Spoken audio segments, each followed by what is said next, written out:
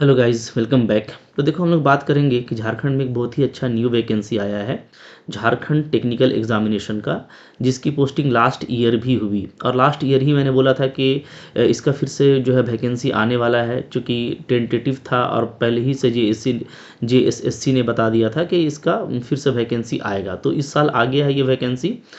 ठीक है, बहुत सारे बच्चे तैयारी कर रहे हैं, लेकिन अच्छी बात ये है कि पिछले एग्ज़ाम में जो कुछ दिक्कत आई कि मैथ्स और इकोनॉमिक्स का मिला कर के क्वेश्चन आया, तो इस बार ऐसा नहीं है। इस बार कुछ चेंज किया गया है, ये अच्छी बात है। चूँकि सिलेबस भी एक स्टैंडर्ड सिलेबस है और उस लेवल पे कोई बच्चा मैथ का एक्सपर्ट हो सकता है, इकोनॉमिक्स का एक्सपर्ट नहीं होगा। ठीक है, तो इस हिसाब से इस बार जो है अच्छा सिलेबस दिया गया है और किसी एक ही सब्जेक्ट से क्वेश्चन आएगा और उसी का एग्ज़ाम देना है। तो कुछ अच्छे चेंजेस के साथ में आए हैं, तो डेफिनेटली आपके लिए बहुत अच्छा रहेगा जो तैयारी कर रहे हैं या जो यहाँ से तैयारी करते हैं, क्योंकि अभी भी उनके पास में एक प्रॉपर टाइम मिल जाएगा तैयारी करने के लिए। ठीक है, तो डिटेल में हम लोग बात करेंगे। इसका जो है ऑफिशियल जो वेबसाइट है, उस ऑफिशियल वेबसाइट पे आप देखेंगे कि झारखंड JSSC.nic.in पे अगर आप देखेंगे तो वहाँ पे आपको ये मिल जाएगा। ठीक है, जो नया एडवर्टीजमेंट आया है उसका विज्ञापन मिल जाएगा और पूरा ब्रोशर भी आपको कंप्लीट मिल जाएगा। मैं आपको सारी चीज़ें दिखा दूंगा जो मेन चीज़ें हैं। ठीक है, अगर हम लोग एक शॉर्ट ओवरव्यू देखें तो आप देख सकते हैं यहाँ पे कि ये जो एग्ज़ाम है ये JTGLCCE जैसा पहले इसका नाम था 2026, तो रेगुलर भी है और कुछ बैकलॉग सीट भी है। ठीक है, कुल यहाँ पे जो सीट्स हैं वो है आपका 611। या तो ये तो आपको रेगुलर सीट दिख रहा है, प्लस आपको जो है 4 सीट इसमें और बढ़ जाएगा। ठीक है, तो 611 प्लस 4 तो टोटल जो है 615 सीट्स हैं यहाँ पे। तो यहाँ पे टोटल जो है 611 प्लस 4 हो जाएगा और 615 सीट अब आपके पास में अवेलेबल है। ठीक है, अगर हम लोग बात करें फॉर्म कब से भरेंगे, तो ऑनलाइन एप्लीकेशन फॉर्म आपको अप्लाई करना है और ये शुरू हो जाएगा 1 जून 2026 से। ठीक है, तो अभी प्रॉपर पहले ही आपको बता दिया गया है 1 जून 2026 से आप भरना शुरू करेंगे और 30 जून तक इसका आपको टाइम मिलेगा। ठीक है, फिर फीस को पेमेंट करने के लिए, फ़ोटो वगैरह अपलोड करने के लिए जो लास्ट डेट है वो 3 जुलाई 2026 है। ठीक है, तो ये पूरा फॉर्म वगैरह होगा। आवेदन सुधार की तिथि के लिए आपको 5 जुलाई 2026 से 10 जुलाई 2026 तक का टाइम मिलेगा। ये सारी बातें, ठीक है, एक शॉर्ट ओवरव्यू आपको मैं बता रहा हूँ। अब यहाँ पे अच्छी बात ये है कि फॉर्म फी भी ज़्यादा नहीं है। जनरल OBC EWS के लिए सिर्फ 100 रुपया फॉर्म फी है और झारखंड से जो SC ST होंगे उनके लिए सिर्फ 50 रुपया है। ठीक है, ये देखो इसका ऑफिशियल वेबसाइट है, जैसा कि आप देख रहे हो JSSC.jharkhand.government.in। यहाँ से जाकर के आप इसका एडवर्टीजमेंट और ब्रोशर दोनों डाउनलोड कर सकते हैं। ठीक है, जो मेन यहाँ पे जो पोस्ट हैं उसमें प्रखंड सांख्यिकी पर्यवेक्षक, ठीक है, ये है। और अगर आप देखेंगे यहाँ पे तो ये जो सांख्यिकी वाला पोस्ट है हमारा, यही मेन पोस्ट है। इसमें बहुत ज़्यादा सीट्स है। ठीक है, उसके अलावा भी यहाँ पे सीट्स हैं, लेकिन जो बड़े बड़े सीट्स हैं वो आपके पर्यवेक्षक के रूप में हैं। ठीक है, फिर आपको ये मत्स्य और डेयरी तकनीकी वाला में भी मिल जाएगा। प्रयोगशाला सहायक भी यहाँ पे है, फिजिक्स और केमिस्ट्री का। तो कुछ और भी यहाँ पे सीट्स हैं, तो उन सब को हम लोग डिटेल में देखेंगे जा करके ब्रोशर में। ठीक है, तो ब्रोशर में चलिए चलते हैं। ये एक शॉर्ट ओवरव्यू है और काफ़ी ये अच्छा रहेगा। इस बार एक अच्छे अपडेट के साथ में आया है, तो लास्ट तक आप एक बार मेरा वीडियो देख करके समझ लीजिए, खुद से भी ब्रोशर पढ़ लीजिएगा और एग्जाम की तैयारी में लग जाइए। और मैं कैसे तैयारी आपको कराऊंगा उस पर भी मैं यहाँ पे बात करूंगा। ठीक है, तो देखिए, अगर हम लोग ब्रोशर की बात करते हैं, मैंने आप ब्रोशर जो है ओपन कर दिया है। ठीक है, तो यहाँ पे आप देख सकते हो वही जो है नाम है पोस्ट का, 2026 कहलाएगा ये। 2026 में इसका वैकेंसी आया है। और आप देखिए यहाँ पे अगर हम सीट्स की बात करें, ठीक है, जिससे परीक्षा शुल्क आपको यहाँ पे भी दिखाया जा रहा है कि सिर्फ आपको जो है 100 रुपया देना है जनरल EWS OBC के लिए और 50 रुपये मात्र देने हैं आपको ST और SC के लिए। ठीक है, ओके, ये सारी बातें हो गई। अच्छा, अब देखिए यहाँ पे जो सीट्स हैं आप देख सकते हैं यहाँ पे कि यहाँ पे जो डिफरेंट पोस्ट हैं, एक तो आपका सहायक कीट, ठीक है, विज्ञानवेत्ता वेक्टर जनित रोग, ये आपका है यहाँ पे। इसमें ज़्यादा सीट नहीं है, इसमें आप देखोगे तो टोटल यहाँ पे आपको यहाँ पे 4 सीट ही नजर आएगा कि 4 सीट है। ठीक है, इसके बाद आपका देखिए नियंत्रण कार्यक्रम वाला है। ठीक है, समूह खा का, इसमें भी बहुत ज़्यादा नहीं है, सिर्फ 2 ही सीट है। इसके बाद सहायक वेक्टर वाला है, सहायक वेक्टर वाला भी देखिएगा तो आपको यहाँ पे टोटल 4 ही सीट मिलेगा। ठीक है, निरीक्षक वेक्टर जनित रोग वाला में आपको 42 सीट है यहाँ पे। ओके, और मेन जो देखिए ये है आपका प्रखंड सांख्यिकी पर्यवेक्षक, तो ये जो मेन है कह सकते हैं, जिसमें कि ज़्यादा सीट्स भी हैं और बहुत सारे बच्चे जिसका इसमें इंटरेस्ट रहेगा। ठीक है, तो उसमें आप देख सकते हैं यहाँ पे कि 228 सीट है। ओके, 228 सीट है यहाँ पे और जो है डिफरेंट कैटेगरी में ये आपके लिए बटा हुआ है, तो आप इसको यहाँ पे देख सकते हैं। जैसे जनरल के लिए 101 सीट है। ठीक है, अनुसूचित जनजाति के लिए 60 सीट है अनुसूचित जाति के लिए 21 सीट है, पिछड़ा के लिए 15। तो इस तरह से ये डिफरेंट कैटेगरी में आपके लिए बटा हुआ है। इसके बाद भी आप देखेंगे तो गव्य तकनीकी वाले जो है सेक्शन में इस पदाधिकारी के लिए भी यहाँ पे आपको 72 सीट मिल जाता है, ठीक है, ओके। इसके बाद आप देखिएगा यहाँ पे आ रहा है मत्स्य प्रसार वाला, तो इसमें भी आपका 78 सीट है, ओके। टोटल अंकेक्षक में देखिएगा तो यहाँ पे 145 सीट है, ये भी अच्छा है। इसको भी मैथ्स और इकोनॉमिक्स वाले भर पाएंगे। तो किसके लिए क्या एलिजिबिलिटी क्राइटेरिया है ये भी हम लोग यहाँ पे देखने वाले हैं, ठीक है। फिर कनीय वैज्ञानिक वाला जो पोस्ट है यहाँ पे आपको जो है 6 सीट है, ठीक है। प्रयोगशाला सहायक का इसके बाद आप देख सकते हैं कि फिजिक्स में आपको अगर प्रयोगशाला सहायक बनना है तो उसके लिए 17 सीट है, और केमिस्ट्री के लिए बनना है तो उसके लिए भी 17 सीट है। टोटल मिलाकर के दोनों का 34 सीट है, ठीक है। तो ये सीट्स की बात हो गई। सीट्स के बाद अगर हम देखें कि किसके लिए क्या एलिजिबिलिटी क्राइटेरिया है, ठीक है, न्यूनतम, तो आप देख सकते हो यहाँ पे इनमें तो कम सीट था सहायक कीट, ठीक है, विज्ञान वेत्ता वगैरह में। तो ये इसमें इसके लिए आपको किसी मान्यता प्राप्त विश्वविद्यालय से, ठीक है, पीजी होना चाहिए, पोस्ट ग्रेजुएट, ठीक है, जीव विज्ञान में। तो इसमें तो कम सीट है, लेकिन अगर आप एलिजिबल हैं तो आप भर सकते हैं, ठीक है। सहायक वेक्टर जनित रोग वाले नियंत्रण पदाधिकारी के लिए भी आपको किसी मान्यता प्राप्त विश्वविद्यालय से स्नातक होना चाहिए विज्ञान में, ठीक है। निरीक्षक वेक्टर जनित रोग नियंत्रण कार्यक्रम के लिए भी किसी मान्यता प्राप्त विश्वविद्यालय से विज्ञान में आपका होना चाहिए स्नातक, ठीक है। तो पहला वाला में सिर्फ पीजी था, बाद के लिए आप देख रहे हैं कि सिर्फ आपको बीएससी मांगा है साइंस में, ठीक है, ओके। अच्छा, अब आप देखेंगे यहाँ पे जो मेन है हमारा प्रखंड सांख्यिकी पर्यवेक्षक, कनीय सांख्यिकी सहायक और अन्वेषक। तो इसमें आप देख सकते हो कि चूंकि इसी में सबसे ज़्यादा सीट है, ठीक है, और काफ़ी अच्छा यहाँ पे ये पोस्ट है, पिछले साल भी इसकी पोस्टिंग हुई है। तो इसके लिए आपको जो है किसी भी मान्यता प्राप्त विश्वविद्यालय से मैथ्स में, इकोनॉमिक्स में या स्टैटिस्टिक्स में किसी एक में आपको बीएससी होना चाहिए या बीए होना चाहिए। अगर हम अर्थशास्त्र की बात करेंगे तो वहाँ पे बीए होगा, और मैथ होगा या स्टैटिस्टिक्स होगा तो उसमें उसका बीएससी होना चाहिए, ठीक है, ओके। तो ये हो गया। तो ये आपको ध्यान देना है कि स्नातक का डिग्री बोला है मैथ में, ठीक है, अर्थशास्त्र में या तो सांख्यिकी में, ठीक है। किसी किसी का बीए रहता है, वो मैथ लेके बीए करते हैं, कुछ उनके पास में और जो है सब्सिडियरी का सब्जेक्ट होता है। तो अगर मैथ में उसका स्नातक है तो वो भी इसको भर सकेंगे, ठीक है। अब देखिए यहाँ पे गव्य तकनीकी पदाधिकारी है, तो टेक्नोलॉजी डेयरी विज्ञान में स्नातक होना चाहिए इसके लिए भी। फिर आप मत्स्य प्रसार के लिए भी देखेंगे तो किसी मान्यता प्राप्त विश्वविद्यालय से मत्स्य विज्ञान स्नातक, ठीक है, आपका जंतु विज्ञान में, ओके। जो जूलॉजी होता है उसमें जो है उसका बीएससी होना चाहिए। अंकेक्षक के लिए भी आप देख सकते हो किसी मान्यता प्राप्त विश्वविद्यालय से मैथ में या तो इकोनॉमिक्स में क्या होना चाहिए या वाणिज्य में, ठीक है, या तो स्टैटिस्टिक्स में उसका स्नातक का डिग्री होना चाहिए। यहाँ पे भी एक है आपका कनीय वैज्ञानिक सहायक राज्य औषधि जांच प्रयोगशाला नामकुम, ठीक है। तो यहाँ पर इस पोस्ट के लिए यहाँ पे भी आप देख सकते हो कि विज्ञान या भेषजी या भेषजिक रसायन, ठीक है, या आयुर्विज्ञान से भारत सरकार द्वारा मान्यता प्राप्त विश्वविद्यालय से स्नातक या तो स्नातकोत्तर की उपाधि हो या समतुल्य आहारता। तो यहाँ पे ये डिटेल है, इसमें तो बहुत ज़्यादा सीट है नहीं, लेकिन इसको आप पढ़ लीजिएगा, ठीक है। अगर आप एलिजिबल हैं तो इसको भी आप भर सकते हैं, डिटेल में इसको देख लीजिएगा, ठीक है।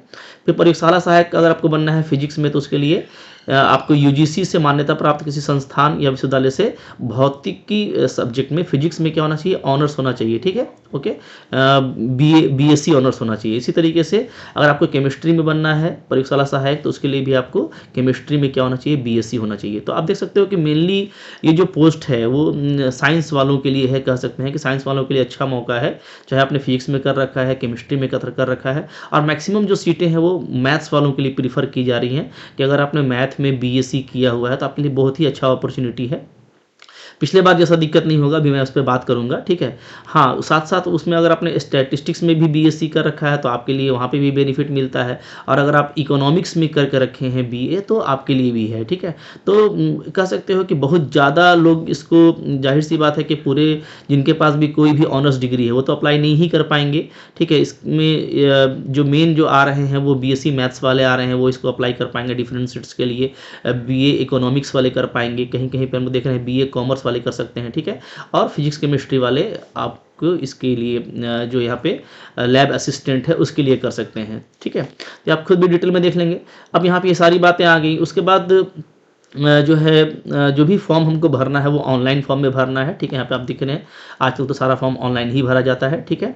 अच्छा, इसके बाद यहाँ पे कुछ उपलब्धि है अगर आपके पास में ठीक है गेम वगैरह में, तो उसके आधार पे जो है आपको जो है जो भी रिजर्वेशन मिलेगा उसको आप देखेंगे यहाँ पे डिटेल में दिया हुआ है, ठीक है। अच्छा, न्यूनतम उम्र सीमा जो है वो 21 वर्ष है, और जो अधिकतम उम्र सीमा है जनरल के लिए 35 वर्ष है, ठीक है। ओबीसी के लिए 37 है, महिला अगर है, ठीक है, आपका अनुसूचित 1 और अनुसूचित 2 पिछड़ा वर्ग में, ठीक है, पिछड़ा वर्ग में तो उसके लिए 38 साल है, ठीक है। अनारक्षित भी अगर महिला है, जनरल भी है तो भी उसके लिए 38 साल ही है, किसी ओबीसी कैटेगरी से भी है तब भी 38 साल है, और एसटी एससी के लिए 40 साल है। तो ये हो गया यहाँ पे, ये सारी चीज़ें हो गई। अब यहाँ पे कुछ वो जो है आवेदन वगैरह के लिए डिटेल में लिखा हुआ है, ठीक है, बहुत ज़्यादा हमारे लिए ज़रूरी नहीं है।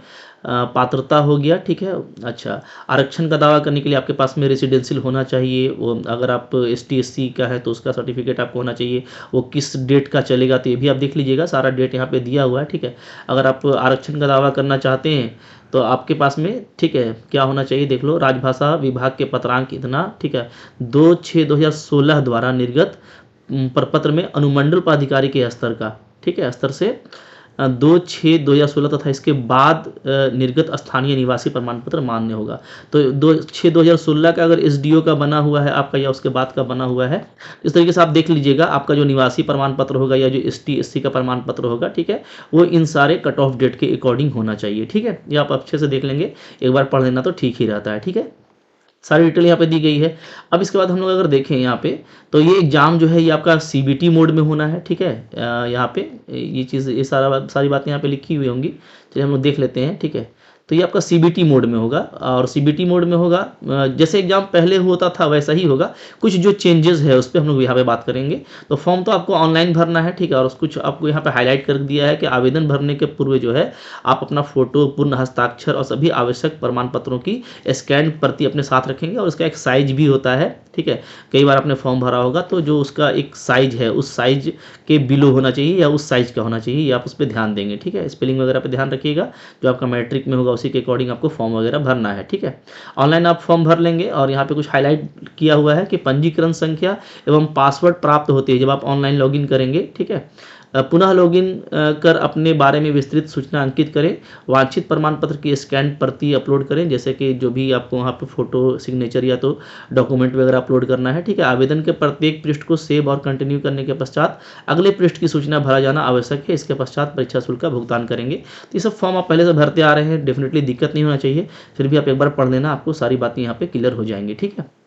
क्लियर है। अब यहाँ पे जो बात मैंने आपको बताई थी कि फॉर्म भरने का जो है वो 1 जून से स्टार्ट होगा और 30 जून तक आप भर सकते हैं, और जो हमको पेमेंट जो करना है या फोटो और साइन वगैरह जो अपलोड करना है उसके लिए आपको 3 जुलाई तक का टाइम है, ठीक है। और फिर कुछ करेक्शन करने के लिए आपको 5 जुलाई से 7 जुलाई तक आपको विंडो खोला जाएगा, ठीक है जी। क्लियर है। ये सारी बातें इसको आप देख लेंगे। अच्छा, अब आप आगे देखेंगे आपको किस तरीके से पेमेंट वगैरह करना है, ये सब आपको वहाँ पे पता चल जाएगा गेटवे वगैरह के बारे में, ठीक है। अच्छा, परीक्षा का जो स्वरूप है वो सीबीटी है, कंप्यूटर बेस्ड टेस्ट होगा, ठीक है। तो ऐसे केस में जाहिर सी बात है कि अगर प्राप्तांक को जरूरत करने पर अगर नॉर्मलाइज किया जाता है तो आपको फिर वो नॉर्मलाइजेशन का फॉर्मूला के आधार पे आपको रिजल्ट मिलेगा, ये सब आप बात जानते हैं। अब देखिए यहाँ पे जो एग्जाम का पैटर्न है, तो पैटर्न तो पुराना ही है बट सिलेबस इंटरेस्टिंग है, तो उसको देखेंगे हम लोग। तो पैटर्न जो है, परीक्षा बोलता है 2 चरणों में ली जाएगी, एक आपका पीटी होगा, ठीक है, और दूसरा आपका मेन परीक्षा होगा।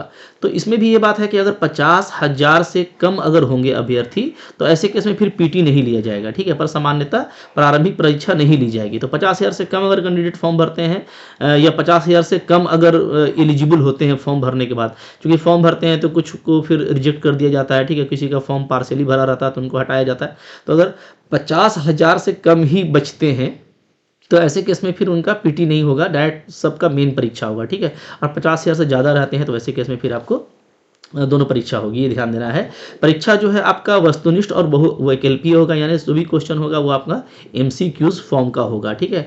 और यहाँ पे आपको निगेटिव मार्किंग है, ये आपको ध्यान देना है, निगेटिव मार्किंग है, ठीक है। निगेटिव मार्किंग कितना है, तो जितना लास्ट टाइम था आप देख पा रहे हो यहाँ पे कि सही जवाब के लिए आपको 3 मिलेगा और गलत के लिए आपको 1 नंबर कट जाएगा, ठीक है। तो हम लोग कह सकते हैं कि 1/3 ओके 1/3 यहाँ पे निगेटिव मार्किंग है। दैट मीन्स क्या कि अगर आपका 3 क्वेश्चन रॉन्ग हुआ, ठीक है, 3 रॉन्ग क्वेश्चन अगर आप करते हैं, मान लो आपके पास में 3 रॉन्ग क्वेश्चन हुआ, 3 रॉन्ग आंसर आपने दिया, तो आपका क्या हो जाएगा, आपका एक करेक्ट आंसर जो है वो चला जाएगा, ठीक है। ओके, तो आपको ध्यान देना होगा कि 3 नंबर आपको सही जवाब के लिए मिलेंगे और आप गलती करते हैं तो आपका 1 नंबर कट जाएगा, तो निगेटिव मार्किंग वाला है। और मुझको ये ज़्यादा अच्छा लगता है क्योंकि ये अच्छे बच्चों को आगे पुश करता है, ठीक है। और इसमें आपको ये भी एनर्जी मिलता है कि आप सिर्फ सही क्वेश्चन जो आप जान रहे हैं उस पर फोकस होकर के अपना टाइम लगाए। ये एक अच्छा पैटर्न होता है जहाँ पे जो है अंदाजी वाले जो आ जाते हैं टिक करके, तो उसके तुलना में ये ज़्यादा अच्छा रहता है। और चूँकि ये सीबीटी पे हो रहा है तो यहाँ पे काफ़ी सारा जो है कह सकते हो, जैसे मैंने पहले भी आपको बताया था और बच्चों ने ये देखा भी कि जो सिर्फ सही क्वेश्चन करते हैं और गलत क्वेश्चन को छोड़ देते हैं तो उनका मार्क्स ज़्यादा आता है, ठीक है। मतलब जो सारा अटेम्प्ट कर दिया और सारा अटेम्प्ट करने के बाद अगर उनका मार्क्स ज़्यादा आ रहा है तो उनके तुलना में उनका मार्क्स ज़्यादा हो जाता है जो सिर्फ ज़्यादातर सही को अटेम्प्ट करते हैं और उनकी गलतियां कम रहती हैं। तो सीबीटी एग्जाम में जो है एक्यूरेसी पर भी एक फैक्टर होता है कि आप कितना एक्यूरेटली काम करते हैं, ठीक है, आपका कॉन्फिडेंस किस लेवल का है। तो डेफिनेटली निगेटिव मार्किंग है तो ध्यान देना है आपको, ठीक है। आपको कोशिश करना है कि सही क्वेश्चन को ही हम अटेम्प्ट करें या जो हमको लगता है कि 70 to 80% करेक्ट है उस पर हम जाएँ, ठीक है। अब देखिए, अब यहाँ पे आप देखेंगे अगर पीटी एग्जाम होता है, प्रारंभिक परीक्षा का उसका पाठ्यक्रम क्या रहेगा, तो उसका पाठ्यक्रम देखिए 120 क्वेश्चन का होगा, जिसमें सामान्य अध्ययन से 30 क्वेश्चन आएंगे, झारखंड राज्य से संबंधित 60 क्वेश्चन, सामान्य गणित से 10, सामान्य विज्ञान से 10 और मानसिक क्षमता जांच से 10 क्वेश्चन, ठीक है। तो टोटल आपको वहाँ पे 120 क्वेश्चन पूछा जाएगा, ठीक है जी। अब यहाँ पे सामान्य अध्ययन जो है जाहिर सी बात है कि वर्तमान घटनाक्रम पे, ठीक है, ज़्यादातर करंट अफेयर्स पे होगा, वो हमारा कंट्री से भी रिलेटेड होगा, ठीक है, नेशनल भी होगा और इंटरनेशनल लेवल का भी होगा, ठीक है। ये आप यहाँ पे पूरा डिटेल देख सकते हैं, ठीक है। जो मेन चीज़ें हैं करंट अफेयर में वो हमेशा इंपॉर्टेंट रहती हैं। झारखंड राज्य से संबंधित तो पढ़ते रहते हो झारखंड राज्य के बारे में, तो यहाँ से आपको 60 क्वेश्चन है, ये आपके लिए अच्छा बेनिफिट है, ठीक है। ओके, फिर आप आगे देखेंगे सामान्य गणित से 10 क्वेश्चन है जो कि मैट्रिक लेवल का होगा, सामान्य विज्ञान से भी 10 क्वेश्चन है जो मैट्रिक लेवल का होगा, और कुछ आपका मानसिक क्षमता वाला रीजनिंग क्वेश्चन भी होगा, ठीक है। यहाँ पे जो फोटो वगैरह से आपको पूछा जाता है आपकी मेंटल एबिलिटी को जांच करने के लिए, तो वहाँ से भी आपको जो है कितना क्वेश्चन था, आपको 10 क्वेश्चन है, ठीक है। ये सारा मिला करके ये पीटी होगा, ओके। और पीटी एग्जाम आपको दे देना है। पीटी एग्जाम में तो आप देखेंगे प्रारंभिक परीक्षा उपरांत मुख्य परीक्षा हेतु चयन, तो आप देख सकते हैं कि प्रारंभिक परीक्षा अगर होता है, ठीक है, तो प्रारंभिक परीक्षा में प्राप्त अंक के आधार पर आयोग द्वारा अभ्यर्थियों की मेघा सूची तैयार की जाएगी, ठीक है। अच्छा देखिए, ये जो है ना, ये कह सकते हैं कि आपको शॉर्टलिस्ट किया जाएगा प्रारंभिक परीक्षा के प्राप्त के अंक के आधार पे, ठीक है। क्योंकि फाइनली जो मेघा सूची होगा वो तो आपका पेपर 2 और पेपर 3 से तैयार होना है, अभी हम लोग बात करेंगे। तो जितने भी लोगों को जो है सिलेक्ट करना है उसके तुलना में जो है कुल रिक्ति का 15 गुना जो है, 15 गुना, ठीक है, वो लिया जाएगा प्रारंभिक परीक्षा के बाद मुख्य परीक्षा के लिए, ठीक है। ओके, बात समझ में आ रही है। अच्छा, अब देखिए मुख्य परीक्षा, तो मुख्य परीक्षा की बात करें हम लोग, तो मुख्य परीक्षा में मुख्य परीक्षा के लिए 3 पत्र होंगे, ये आपको ध्यान देना है, ठीक है। 3 पत्र होगा, इसमें पेपर 1 होगा, ध्यान दीजिएगा, पेपर 1, ठीक है, 2 और 3 ये होगा, ये आपको ध्यान देना है, ओके। अब पेपर 1 जो है, ये जो है हम लोगों का ये लैंग्वेज वाला है, ठीक है। तो पेपर 1 जो है लैंग्वेज वाला है, ये जस्ट जो है ना क्वालिफाइंग है, क्वालिफाइंग नेचर का होगा ये, ठीक है। क्या होगा ये हमारा क्वालिफाइंग नेचर का होगा। आप देख सकते हैं यहाँ पे लिखा हुआ है कि इसमें जो है भाषा ज्ञान होगा, 120 क्वेश्चन होंगे 2 घंटा के लिए, हिंदी से 60 क्वेश्चन और इंग्लिश से भी 60 क्वेश्चन, ठीक है। तो ये क्वालिफाइंग नेचर का होगा। इसमें जो है दोनों भाषा को मिला करके 30% अंक प्राप्त करना जरूरी होगा। अगर 30% अंक आप प्राप्त नहीं करते, जैसे मान लीजिए यहाँ पे कितना है, यहाँ पे 120 क्वेश्चन है, ठीक है, हर क्वेश्चन 3 नंबर का है, तो 360 नंबर का क्वेश्चन हो गया, तो उसका 30% आपको लाना जरूरी है, ठीक है। ओके, बात समझ में आ रही है। 36 या 108, कम से कम 108 नंबर आप लाएंगे या उससे आप ज़्यादा लाएंगे, ठीक है, कम से कम आप 108 लाएंगे या उससे ज़्यादा लाएंगे तभी आप क्वालिफाई करेंगे, और क्वालिफाई आप कर जाएंगे तो फिर इसको मेरिट में शामिल नहीं किया जाएगा, ठीक है। इसके बाद आप इसका जो पेपर 2 और पेपर 3 है, इन दोनों से आपका मेरिट बनेगा, ध्यान देना है, ठीक है। तो लेकिन ये कब होगा, जब आप 1 में क्वालिफाई कर जाएंगे, कम से कम आप 108 या उससे ज़्यादा नंबर लाएंगे, तभी आप पेपर 2 और 3 का कॉपी आपका चेक होगा, ये आपको ध्यान देना है, और मेरिट जो है इसी से बनेगा, ठीक है। अब यहाँ पे देखिए पेपर 2 जो है, तो ये आपका आप कह सकते हो कि यहाँ से मेन पेपर आ रहा है जिससे हमको मेरिट बनना करना है जिससे हमको फाइनली सिलेक्शन में आना है। तो यहाँ पे पिछले बार के ही जैसे यहाँ पे 100 क्वेश्चन पूछा जाएगा आपके क्षेत्रीय और जनजातीय भाषा से, ठीक है। तो इसमें से हिंदी, अंग्रेजी, उर्दू, संथाली, बंगला, मुंडारी, हो, खड़िया, कुड़ुफ, कुरमाली, खोटा, नागपुरी, पंचपरगनिया, उड़िया, संस्कृत, इसमें से कोई भी एक भाषा का आपको लेना है, ठीक है। और उससे 100 क्वेश्चन पूछा जाएगा और डेफिनेटली एक क्वेश्चन 3 नंबर का है, तो टोटल जो है 300 मार्क्स का हो गया। तो 2 घंटा के लिए आपका ये एग्जाम होगा सीबीटी मोड में, ठीक है। यहाँ पे भी ध्यान दीजिए कि ये मेरिट में जरूर जाएगा, लेकिन इसमें भी कम से कम आपको 30% अंक लाना जरूरी है। इसमें 30% अगर आप अंक नहीं लाते हैं तो फिर आपका तीसरा जो पेपर, जो मेन पेपर है तकनीकी विशिष्ट विषय का, वो आपका फिर चेक नहीं होगा, ठीक है। हाँ, लेकिन इसमें आप जो भी नंबर लाएंगे वो मेरिट में भी ऐड होगा, ये आपको ध्यान देना है, ठीक है। तो आ जाते हैं मेन पेपर पे। तो जो मेन पेपर है हमारा वो कुल जो है 150 क्वेश्चन का होगा और यहाँ पे परीक्षा की अवधि 2 घंटे और 30 मिनट की होगी, आपको ध्यान देना है, ठीक है। ये आपको 2 आवर 30 मिनट का होगा, ये आपको देखना है, ठीक है, ओके। तो यहाँ पे हम लोग देख सकते हैं कि जो यहाँ पे तकनीकी विशिष्ट विषय है उससे 100 क्वेश्चन आएगा, समान अध्ययन से 20, गणित से 20 और सामान्य विज्ञान से आपका 10 क्वेश्चन रहेगा, ठीक है। इसमें भी एटलीस्ट आपको कम से कम 30% लाना है, तभी आपको मेरिट में लिया जाएगा। तो सब में आपको कम से कम 30% अंक जरूर लाना है, आपको ध्यान देना है, ठीक है। हाँ, लेकिन भाषा में आप 30% लाएंगे पहला पेपर में, तो उसके बाद वो जस्ट क्वालिफाइंग था, वो हट जाएगा। तो आप कह सकते हैं कि जो हमारा मेरिट बनना है वो कहाँ से बनेगा, वो पेपर 2 और पेपर 3 से बनेगा, ठीक है। तो यहाँ पे बात लिखा हुआ है कि 30% अंक आपको कम से कम लाना है, इससे कम अंक लाने पर अभ्यर्थी नियुक्ति के लिए चयन हेतु असफल, अयोग्य माने जाएंगे तथा ऐसे अभ्यर्थियों का पेपर 2 और पेपर 3 का मूल्यांकन नहीं किया जाएगा, ठीक है, ओके। इसी तरीके से 2 में भी आपको 30% लाना है, पेपर 2 में भी, उससे कम लाते हैं तो आपका पेपर 3 का मूल्यांकन नहीं होगा। तो स्टेप बाय स्टेप आपको सबको पूरा करना है, लेकिन आपको मेन जो फोकस करना है वो पेपर 2 और 3 पे करना है, क्योंकि पेपर 2 और 3 से क्या होगा, हमारा इसी से जो है फाइनल मेरिट बनेगा, ठीक है। फाइनल मेरिट हमारा इसी से बनना है, ये आपको ध्यान देना है, ठीक है। अब देखिए मुख्य परीक्षा का पाठ्यक्रम देखें हम लोग, तो हिंदी भाषा का ज्ञान से 30 क्वेश्चन है, ठीक है, ओके। वो जो आपका फर्स्ट पेपर है मेन परीक्षा का हिंदी और इंग्लिश का, तो हिंदी से 30 और उसके व्याकरण से 30 क्वेश्चन होगा, अनसीन पैसेज भी इन पे रहेगा। इसी तरीके से इंग्लिश में देखेंगे आप तो अंग्रेजी अनुच्छेद से 30 रहेगा और व्याकरण से 30 रहेगा, ठीक है। और अनसीन पैसेज से भी यहाँ पर क्वेश्चन रहने वाला है। ये हो गया पेपर 1। पेपर 2 जनजातीय और क्षेत्रीय भाषा का देखें हम लोग, तो इसका जो है यहाँ पे कोई भी एक सब्जेक्ट आप चुनेंगे, 2 घंटा का एग्जाम होगा, ठीक है। और इसका जो है सिलेबस जो है आपको नीचे दिया हुआ है, उसी के अकॉर्डिंग आपको तैयारी करना है, ठीक है। अब देखिए पेपर 3 जो मेन चीज था, जिसमें पिछले बार थोड़ा दिक्कत भी आया, उस पर बात करेंगे। तो पेपर 3 जो है देखिए तकनीकी विशिष्ट विषयों का पाठ्यक्रम है, ठीक है। सहायक कीट विज्ञानिकता, सहायक वेक्टर जनित रोग, ये जो छोटा छोटा जो पोस्टिंग था शुरू वाला, ये जो पोस्ट थे छोटे छोटे, ठीक है, निरीक्षक, वेक्टर जनित रोग नियंत्रण कार्यक्रम और मत्स्य प्रसार पर्यवेक्षक, ये जो सुपरवाइजर है इसके लिए, ठीक है, जो सिलेबस रहेगा उसको बाद में दिया जाएगा बोला जा रहा है, ठीक है। मतलब सांख्यिकी वाला आपको अभी मिल जाएगा, सांख्यिकी वाला आपको मिल जा रहा है, ठीक है। उसके अलावा जो मैथ और इकोनॉमिक्स का हमारे पास में था, ठीक है, अंकेक्षक, वो वाला आपको मिल जाएगा।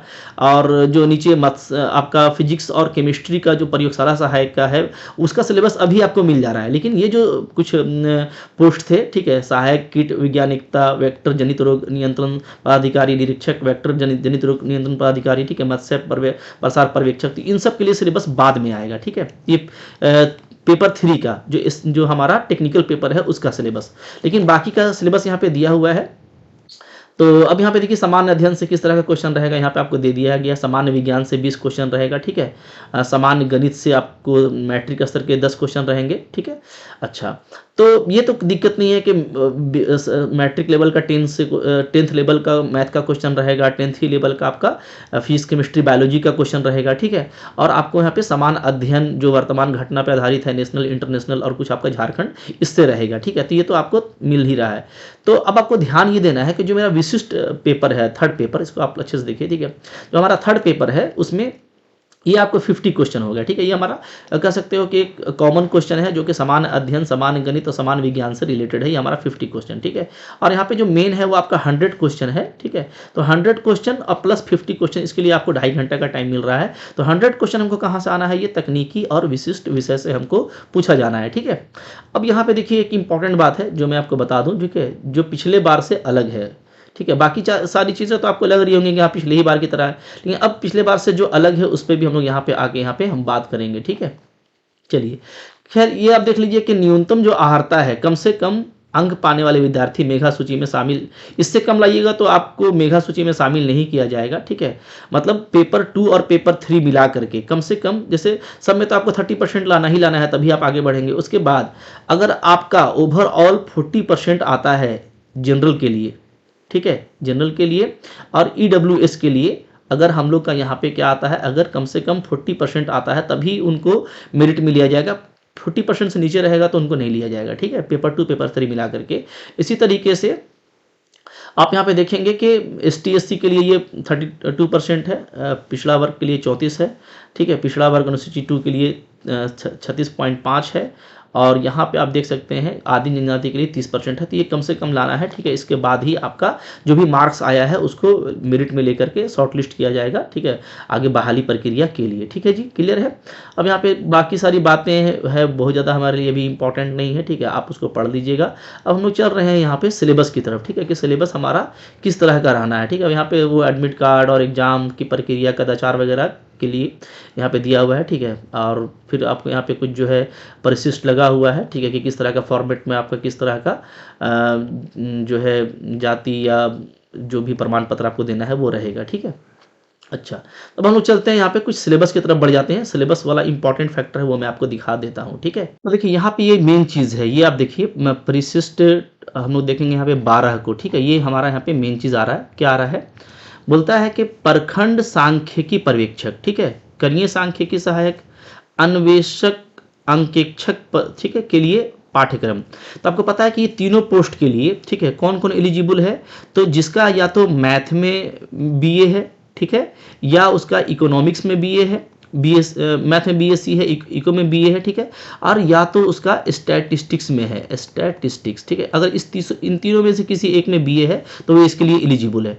अब देखिए जाहिर सी बात है कि यहाँ पे कुछ चेंजेस किया गया। पिछले साल क्या हुआ था कि हम लोग ये देखे थे, ठीक है, हम लोग तैयारी तो ऐसा ही किए थे, सिर्फ मैथ का तैयारी किए थे और हम लोग को यही लग रहा था कि तीनों में से कोई एक ही पेपर देना पड़ेगा। बट पिछले साल क्या हुआ कि तीनों को मिला करके क्वेश्चन पूछ दिया, और ज़्यादातर बच्चों का था कि इकोनॉमिक्स का क्वेश्चन पूछ दिया, तो मैथ वालों को थोड़ा सा अनकंफर्टेबल लगा, ठीक है। हालांकि बहुत सारे बच्चों ने का सिलेक्शन हुआ, ठीक है, जिनकी मैथ में अच्छी पकड़ थी, कुछ इकोनॉमिक्स भी उन्होंने अच्छे से किया था तो उनका हुआ है।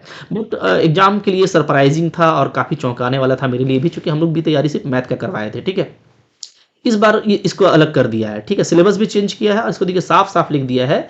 आप यहाँ पे देख पाएंगे कि प्रखंड सांख्यिकी पर्यवेक्षक, जैसे आप यहाँ पे देख रहे हो, ठीक है, प्रखंड सांख्यिकी पर्यवेक्षक, कनीय सांख्यिकी सहायक और अन्वेषक पद के अभ्यर्थी को तकनीकी विशिष्ट विषय के रूप में गणित, सांख्यिकी, अर्थशास्त्र में किसी एक विषय का चयन करना होगा और चयनित वैकल्पिक विषय की परीक्षा देनी होगी। तो पिछले बार ये बात मेंशन नहीं था और सबको मिला के क्वेश्चन कर दिया गया। इस बार ये साफ साफ लिख दिया गया है कि गणित, सांख्यिकी और अर्थशास्त्र में से, ठीक है, आप किसी एक ही सब्जेक्ट का सिलेक्शन करेंगे और उसी का एग्जाम आपको देना है। तो ये अच्छा है, क्योंकि BSc लेवल पे आदमी जो मैथ का एक्सपर्ट है वो इकोनॉमिक्स का कैसे हो सकता है, ठीक है, मैथ का है तो वो साइंस के सब्जेक्ट में होगा, इकोनॉमिक्स में तो होना बहुत मुश्किल है। तो इसलिए अब ये है कि आप जिसमें एक्सपर्ट हैं, ठीक है, जिसमें आपका ऑनर्स है प्राय वो वही सब्जेक्ट होगा तो उसी का आप एग्जाम देंगे, ठीक है। इस तरीके से अंकेक्षक पद के लिए भी यही बात है कि आपको ये तीनों में से किसी एक वैकल्पिक विषय का चयन करना होगा और उसी का परीक्षा देना होगा। ये हमारे लिए इस बार बहुत अच्छा है, ठीक है। अब सबका देखो सिलेबस भी यहाँ पे दिया हुआ है, मैथ का, इकोनॉमिक्स का, स्टैटिक्स का, लेकिन अब जो है आपको दूसरे पेपर से कोई मतलब नहीं है। पिछले बार वैसा हुआ, इस बार नहीं होगा, ये साफ साफ क्लियर कर दिया गया है। और सिलेबस भी बड़ा किया गया, इससे भी पता चलता है। पिछले बार मैथ का सिलेबस छोटा था तो तैयारी भी हम लोग कराए थे, लेकिन ठीक है, लेकिन उसमें मर्ज कर दिया गया। लेकिन इस बार सिलेबस को थोड़ा बड़ा कर दिया गया है, वाइड कर दिया गया है। जो PGT मैथमेटिक्स था, लाइक उस तरह का कुछ सिलेबस हम लोग यहाँ पे देखने वाले हैं, बड़ा सिलेबस है मैथ का। तो इससे पता चल रहा है कि इस बार एक ही पेपर से क्वेश्चन आएगा और लिख भी दिया है, तो अब कोई दिक्कत यहाँ पे बात नहीं है, ठीक है। अब देखिए यहाँ पे अर्थशास्त्र का सिलेबस है, आप देख सकते हो, सिलेबस आपको बड़ा डिटेल करके दिया है, ठीक है। तो मैं चूँकि आपको मैथ्स की तैयारी कराऊंगा तो मैं आपको यहाँ पे फिर से मैथ्स की दिखा देता हूँ, ठीक है। यहाँ पे अकाउंटेंट वगैरह, अकाउंटिंग वगैरह सबका सिलेबस आपका दिया हुआ है, ठीक है, ये आप देख लीजिएगा बढ़िया से। ओके, अब देखिए यहाँ पे मैथ का सिलेबस आ रहा है, तो मैथ का सिलेबस अगर आप अच्छे से देखोगे तो यहाँ पे सारी बातें यहाँ पे क्लियर होंगी, ठीक है। मैथ्स का सिलेबस देख लेते हैं हम लोग, देखिए, तो आप देख पा रहे होंगे, ठीक है। मैथ्स की बात करें हम लोग तो लीनियर अलजेब्रा, ठीक है। मेन स्ट्रीम बुक है भाई, इससे बच के कहाँ जाएंगे हम लोग, ये तो हर जगह आता है। इस बार जेट के एग्जाम में भी लीनियर अलजेब्रा का ताबड़तोड़ क्वेश्चन आया, ठीक है। तो हमेशा हम बोलते हैं मेन स्ट्रीम बुक को तो आपको फोकस करना है, इसमें वेक्टर स्पेस, लीनियर डिपेंडेंस तो कुछ छोड़ा नहीं है। देखिए जो भी मेन टॉपिक है ना, वेक्टर स्पेस है, लीनियर डिपेंडेंस, सब स्पेस हो गया, ठीक है, डायमेंशन हो गया, फिर आप देखोगे तो केले हैमिल्टन थ्योरम, मैट्राइसिस को लेकर के, आइगन वैल्यू, वेक्टर, ठीक है, transformation, equivalent form, equivalence, congruence, similarity, canonical form, orthogonal, unitary, ठीक है। तो सारी ही चीज़ें यहाँ पे लगभग डाल दी गई हैं, ठीक है, जो हम लोग ऑलमोस्ट लीनियर अलजेब्रा में पढ़ते हैं। फिर आप कैलकुलस देखिएगा तो कैलकुलस में भी आप देख सकते हो, ठीक है, रियल नंबर, बाउंडेड सेट्स सारे आ गए, लिमिट, कंटिन्यूटी, डिफरेंशिएबिलिटी आ गया, ठीक है, मीन वैल्यू थ्योरम आ गया, ओके, मैक्सिमा मिनिमाइज्म, पटोर्ड्स, फंक्शन ऑफ सेवरल वेरिएबल, ये तो लास्ट वाले सिलेबस में भी था, तो कैलकुलस का कभी पूरा पोर्शन आ जा रहा है। फिर आप देखिएगा एनालिटिक ज्योमेट्री, तो एनालिटिक ज्योमेट्री में आपको यहाँ पे दिखता होगा कि 2D और 3D दोनों से कुछ ना कुछ क्वेश्चन रहेगा, शॉर्टेस्ट डिस्टेंस वगैरह, ठीक है। फिर आपका reduction to canonical form, sphere, cone, cylinder, ठीक है, पैराबोलॉइड वगैरह से क्वेश्चन रहेगा, ठीक है। ऑर्डिनरी डिफरेंशियल इक्वेशन आप देख सकते हो, ओडीई में भी जो ठीक है ऑर्डर डिग्री वगैरह होता है, इंटीग्रेटिंग फैक्टर वगैरह होता है, तो जो भी चीज़ इन जनरल पढ़ी जाती है, ठीक है। फिर आपका यहाँ पे आइलर कुशी इक्वेशन हो गया, ठीक है, कॉम्प्लीमेंट्री फंक्शन, पार्टिकुलर इंटीग्रल, ये सारी चीज़ें जो इंपॉर्टेंट है वो सारी यहाँ पे ओडीई में आ जाएंगी। अच्छा, फिर आप देखोगे यहाँ पे है डायनेमिक्स, स्टैटिक्स और हाइड्रोस्टैटिक, ये पहले नहीं था, ठीक है। ये जो है अब इसने लिया है, ठीक है, मैथ के साथ में ये मैथमेटिकल फिजिक्स भी शामिल कर रहे हैं। तो degree of freedom, constant, rectilinear motion, simple harmonic motion, ठीक है, projectile, constant motion, work energy, conservation of energy, forces, Kepler's law, तो ये सारी चीज़ें जो कर सकते हैं कि यहाँ पे 11th क्लास का जो आप फिजिक्स देखोगे ना, तो वहाँ से लिया गया है, ठीक है। Equilibrium of system of particle, work energy, ये सारा आप 11th क्लास का सिलेबस में अभी भी आप देख सकते हैं। हाँ, यहाँ पे आप कुछ जैसे कैटेनरी वगैरह लिया गया है, वर्चुअल वर्क लिया गया, तो ये आपका जो बीएससी फिजिक्स है वहाँ से भी कुछ पोर्शन यहाँ पे उठाया गया है, ठीक है। आगे देख सकते हैं हम लोग फिर यहाँ पे अब यहाँ पे देखिए प्रेशर ऑफ हैवी फ्लूइड्स, ठीक है, तो जो हाइड्रोडायनेमिक्स है उसका भी कुछ पोर्शन यहाँ पे लिया गया है। वेक्टर एनालिसिस की बात करें तो स्केलर और वेक्टर फील्ड्स, डिफरेंशिएशन, ठीक है, डाइवर्जेंस, कर्ल, कार्टेशियन, सिलेंड्रिकल और स्फेरिकल कोऑर्डिनेट, तो ये आपको यहाँ पे लिया गया है। एप्लीकेशन टू ज्योमेट्री अगर हम लोग देखें तो यहाँ पे टॉर्सन, ठीक है, सीक्रेट फार्मूला वगैरह भी आपको यहाँ पे लिया गया है, ठीक है। अच्छा, फिर अलजेब्रा की बात करें तो एब्स्ट्रैक्ट अलजेब्रा को कैसे छोड़ सकता है, उसको भी ले लिया इसने, सब कुछ डाल दिया, ग्रुप, सब ग्रुप, ठीक है, नॉर्मल सब ग्रुप, होमोमॉर्फिज्म, फिर आप देखेंगे Sylow's theorem, permutation group, Cayley's theorem, ring, ideal, principal ideal domain, UFD, ED, ठीक है, फील्ड एक्सटेंशन, वो सब कुछ है लिखा हुआ। इन्होंने तो कॉपी पेस्ट किया होगा, इस बार असल में इनको पूरा मैथ दे दिया इन्होंने कि पूरा मैथ से सिर्फ क्वेश्चन पूछेंगे, तो आप जैसे पीजीटी में तैयारी करते हो पूरा डिटेल में, तो आप सब कुछ पढ़ लो, कॉम्प्लेक्स एनालिसिस पढ़ लो, मैथमेटिक्स पढ़ लो, स्टैटिस्टिक्स भी पढ़ लो बढ़िया से, ठीक है। तो ये सारी चीज़ें यहाँ पे आपको दिख रही हैं, मैथमेटिकल मॉडलिंग भी पढ़ लो, ये भी था 12। तो ऑलमोस्ट पीजीटी का सिलेबस है ये, हम लोग यहाँ पे कह सकते हैं कि इसी तरह का सिलेबस पीजीटी में ही था, तो पीजीटी वाला सिलेबस इन्होंने पूरा कॉपी किया है, ये आप देख सकते हैं, ठीक है। प्रोबेबिलिटी वगैरह भी यहाँ पे है, मैकेनिक्स एंड फ्लूइड डायनामिक्स है, ठीक है, ये भी आप देख लीजिए, ये भी आपके चला आया यहाँ पे। डिस्क्रीट मैथमेटिक्स में ग्राफ थ्योरी भी ले लिया इन लोगों ने, तो कुछ भाई छोड़ा नहीं गया। अगर आप देखेंगे ना, फिर लॉजिक भी काहे बच जाएगा, लॉजिक को भी ले लो। तो देखिए ऐसा में ना कॉपी पेस्ट ही होता है। तो आप अगर पीजीटी देखे होंगे, पीजीटी आपने दिया होगा, ठीक है, 2018 में एग्जाम हुआ इसका, ठीक है, फिर 2023 का वैकेंसी था, 2024 में पोस्टिंग हुआ, तो अगर आप उसको देखेंगे तो सेम वही सिलेबस है, ठीक है, सेम वही सिलेबस है। तो अगर आपको उसका है अच्छा खासा एक्सपीरियंस, तो उसी तरह का क्वेश्चन आने वाला है, ठीक है। थोड़ा सा लेवल को लो करेगा, क्योंकि यहाँ पे वो पीजीटी था तो वो पोस्ट ग्रेजुएशन लेवल होता है, तो क्वेश्चन थोड़ा इन्हांस किया जाता है कि भाई थोड़ा सा लगे कि हाँ पीजी लेवल का। ये जो कि सिर्फ ग्रेजुएशन का डिमांड किया है, तो इसमें उसको अगर हम लोग थोड़ा सा नीचे गिरा दें, ठीक है। अभी जेट में भी बहुत ऊपर का क्वेश्चन नहीं आया था, जेट के एग्जाम में ज़्यादातर क्वेश्चन बीए ही लेवल का था, बीएससी लेवल का था, ठीक है। तो उसी तरह का कुछ लेवल का तैयारी आपको करना है। तो सिलेबस वाइज बात करें तो देखो भाई एक बड़ा सिलेबस है, ठीक है। अगर बड़ा सिलेबस है तो डेफिनेटली फिर सारा अगर सिलेबस को कवर किया जाए तो एक बड़ा कोर्स बनेगा, और मैं सारे सिलेबस को कवर करके आपको एक कोर्स दूंगा, ठीक है, जो पीजीटी की तरह होगा। लेकिन पीजीटी वाला कोर्स मैं हूबहू नहीं दूंगा, बहुत सारे मैं वीडियोज़ को वहाँ पर फिल्टर करूँगा, जो अभी नए मेरे वीडियोज़ रिकॉर्ड हो रहे हैं, रिकॉर्ड होते चले जा रहे हैं, उसको मैं ऐड करूँगा वहाँ पर, ठीक है, ओके। और आपको पता है कि जब भी मुझको टाइम मिलता है तो मैं कोशिश करता हूँ कि लाइव क्लास वगैरह भी लूँ। अभी जनगणना वगैरह का काम चल रहा है तो उसमें भी बिजी हैं, ठीक है।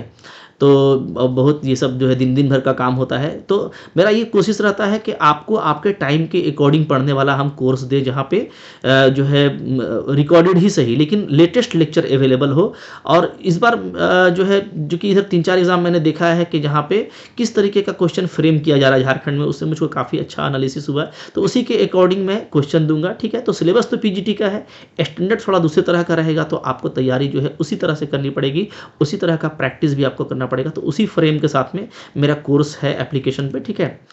उस पर पूरा स्पीड में काम हो रहा है, कोर्स लग गया है और लगने के बाद उस पर अभी तेज़ी से काम हो रहा है, फिल्टर भी हो रहा है, ठीक है। लेकिन मैं चाहता हूं कि भाई जो स्टार्टिंग में जो कुछ फोल्डर लगे हुए हैं, तो उस फोल्डर पे आप काम कीजिए। जो मेन स्ट्रीम बुक है, लीनियर अलजेब्रा, एब्स्ट्रैक्ट अलजेब्रा, ये सब अच्छे से पढ़ लीजिए, ठीक है। हमेशा यही विनर होता है। और स्टैटिस्टिक्स वगैरह से भी जो भी क्वेश्चन आएगा तो आएगा, लेकिन चूंकि देखो 150 क्वेश्चन है, ध्यान देना 150 क्वेश्चन है और टाइम कितना है, और टाइम भी है आपके पास में 2 घंटा 30 मिनट, ठीक है। यानी 150 मिनट ही आपको दिया गया है। तो ऐसे केस में याद रखिएगा कि स्ट्रेटेजी वही होगा कि कभी भी हम लोग मैथ का भी 100 क्वेश्चन नहीं करने जा रहे हैं, ठीक है भाई। सोल्व करके बनाना है, 100 क्वेश्चन आप कर ही नहीं पाओगे। तो हमेशा अभी मैं बता दे रहा हूँ 70 से 80 क्वेश्चन ही हम लोगों का टारगेट होगा, ठीक है। 70 भी जिसने कर लिया, उसमें परसेंटेज सही किया, उसका पक्का हो जाएगा, ठीक है। और 80 करने वाला तो वो टॉपर्स में आ जाएगा। तो 100 क्वेश्चन कभी नहीं होने वाला है। तो स्ट्रेटेजी उसी तरह की होगी, ठीक है। तो इस सब में आपको मेन स्ट्रीम बुक जो है हमेशा आपको ऊपर लेके जाएगा। तो लीनियर अलजेब्रा,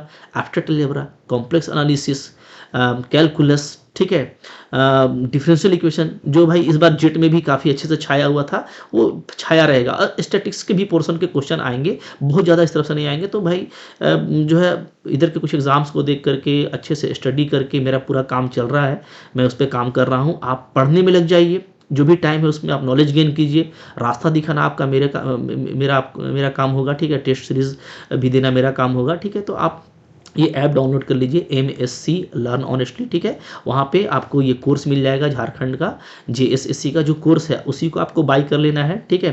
कोर्स के लिए डिटेल के साथ कि कोर्स में क्या क्या है एक बार और भी मैं अलग से वीडियो आपको बता दूंगा, ठीक है। वहाँ पे भी कुछ आपको गाइड करूँगा। तो टाइम टू टाइम मैं आपके साथ लगा हुआ हूँ। रिपीट वैकेंसी है, जल्दी से ये वैकेंसी आया है, पिछले बार पोस्टिंग भी हो गया, ठीक है। इसका भी पोस्टिंग जल्दी ही होगा। तो तैयारी अच्छे से कीजिए, ठीक है। एग्जाम कब तक हो सकता है, कुछ बच्चे पूछ रहे थे। तो एग्जाम जैसा मुझको लगता है कि हो सकता है कि एग्जाम जो है सितंबर अक्टूबर या तो लास्ट तक जाए, ठीक है। कभी कभार JSSC जल्दी भी करती है, तो अभी कुछ सर्टेन नहीं है, लेकिन आपके पास में आपको टाइम देगा। और आप चूंकि पढ़ते आ रहे हो तो पहले से आपके पास में बहुत कुछ है, ठीक है। तो उसी को इन्हांस करना है, एक बार सबको रिवाइज करना है बढ़िया से।